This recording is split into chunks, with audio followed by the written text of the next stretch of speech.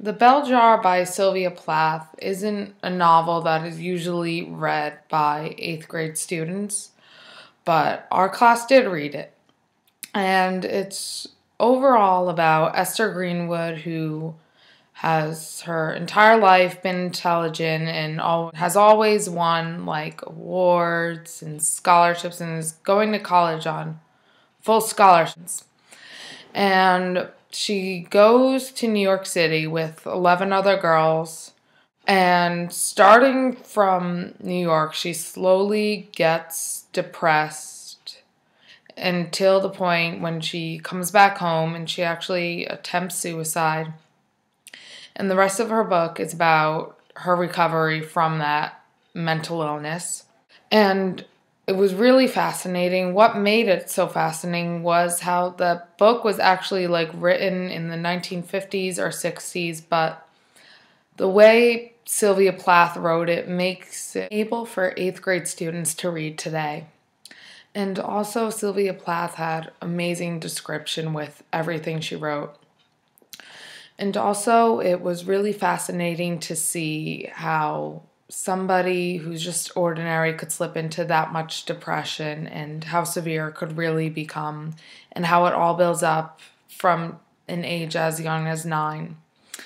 And also it was really amazing to see how Esther Greenwood, as intelligent as she was, still could not feel like she was good enough and suddenly when she was in New York and saw that she was just like those 11 other girls, and when JC told her she was like everybody else, she suddenly didn't feel special anymore. The overall main conflict of the novel would be Esther's increasing mental illness and how severe it became until the point where she attempted to commit suicide. Throughout the entire novel, Sylvia Plath uses flashbacks to describe previous characters and events, especially with Buddy Willard. I enjoyed the flashbacks because I felt that it gave a background of the character and event. For example, Esther calls Buddy Willard a hypocrite, but the flashback describes that she thinks he is a hypocrite because he slept with somebody that he just met over summer and still made Esther feel that she was special and the only one. The novel, The Bell Jar, had many strengths, definitely, but I would say only one weakness. Its only weakness to me was how the beginning was slightly slow and kind of hard to really get into. But right around halfway through, it picked up, which would be its strength. And another strength is the way it's written, the description, and also everything that made it so fascinating, like Esther's depression and how it became worse, and her recovery.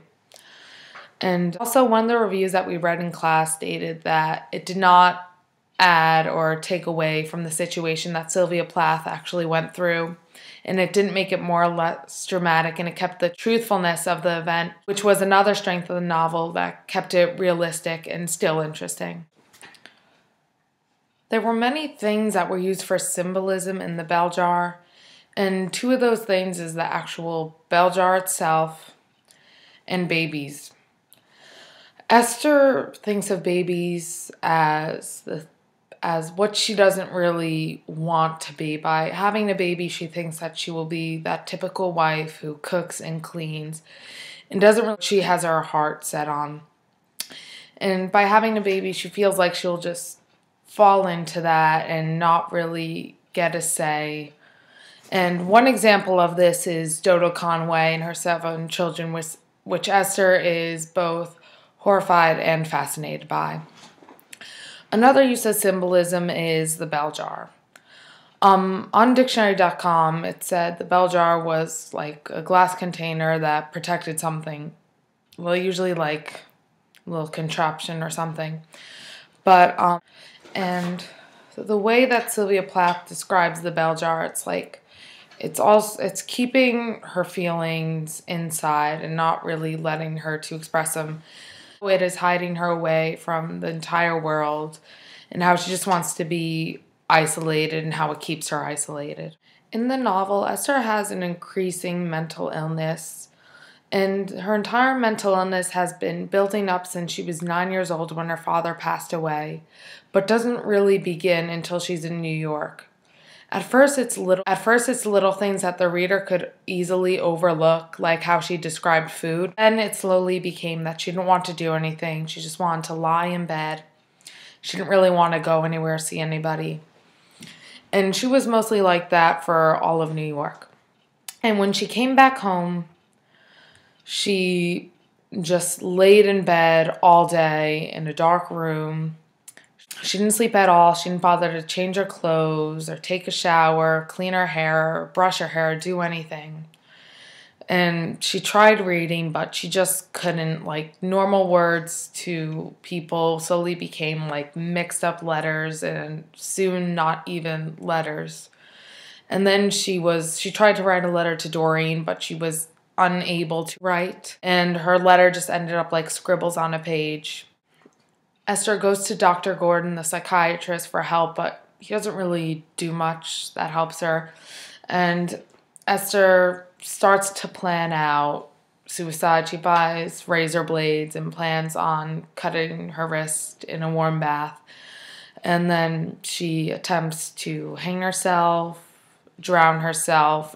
And her last attempt before the asylum was swallowing the bottle of pills. In the novel, the mental health system uses shock therapy frequently, and that's something that I don't really agree with, mostly because it is a brief seizure, and that doesn't sound too good. And doctors today still don't even know how it truly works. Esther's first shock treatment did not go properly, and that probably contributed to her mental illness because it was painful for her and she absolutely hated it. And while she is in the asylum,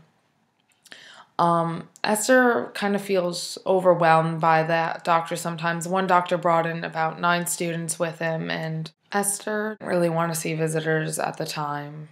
Dr. Nolan really becomes a mother to Esther Greenwood and is more of a mother than Esther's actual mother. Dr. Nolan helped Esther throughout the entire process of her recovery.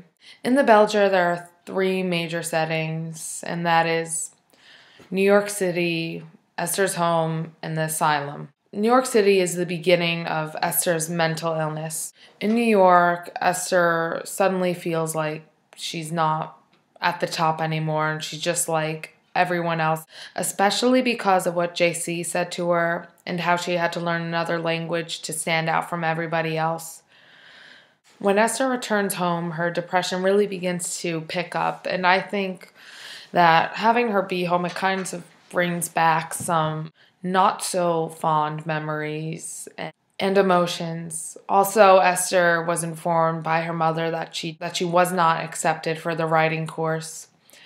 And that really made Esther upset. And that was then when she felt like she wasn't good enough for anything. The next setting, the asylum, is where Esther really recovers with the help of mostly Dr. Nolan until the point where she is actually able to leave.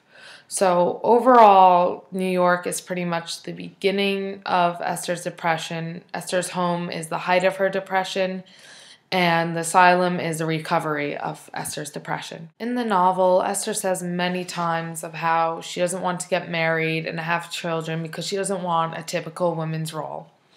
In that time period, a typical woman's role was to get married, have children, and then cook and clean. And Esther felt that by doing that, she would have to give up on her career. Esther felt that women weren't really treated as they should be. That was pretty much what Plath was trying to say too. Overall, Plath was trying to say that a woman will pretty much get married, have children, cook and clean, and be forced to give up their entire career. At the end of the novel, Esther does end up leaving the asylum. However, it is debatable whether she is truly ready or not. As a reader, I feel that Esther did need just a little bit more time. I felt that there was no specific moment where Esther was truly ready to be released. Esther did improve greatly from the moment she arrived, but also she wasn't in full condition to just be let out on her own like she. At the end of the novel, Esther does state that the bell jar, which symbolizes how she is being hidden from the world and keeping everything in, is still there hanging above her. So I think by saying that, it's also saying that it's going to come back and that she's truly not fully recovered, and that some part of her depression, mental illness is just still there hanging over her. Overall, I thought that The Bell Jar was an excellent book. It was a little bit of a challenge for 8th grade, but it was really just amazing. At the beginning, it was a little hard to get really interested in it, but once she got back home, the novel really picked up, and it was a book that you just couldn't put down. Also, it was stated in the review how the novel kept its truthfulness of Plath's actual depression was really interesting, and it's what made it believable and realistic and also fascinating. Everything that made it fascinating and all of its strengths, like the description was really amazing. The way it was written and understandable for 8th grade students was another great thing about the novel.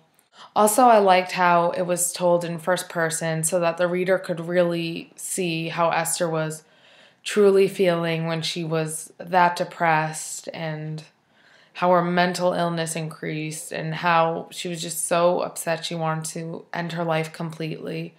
All in all, The Bell Jar was an excellent but challenging novel that I truly enjoyed.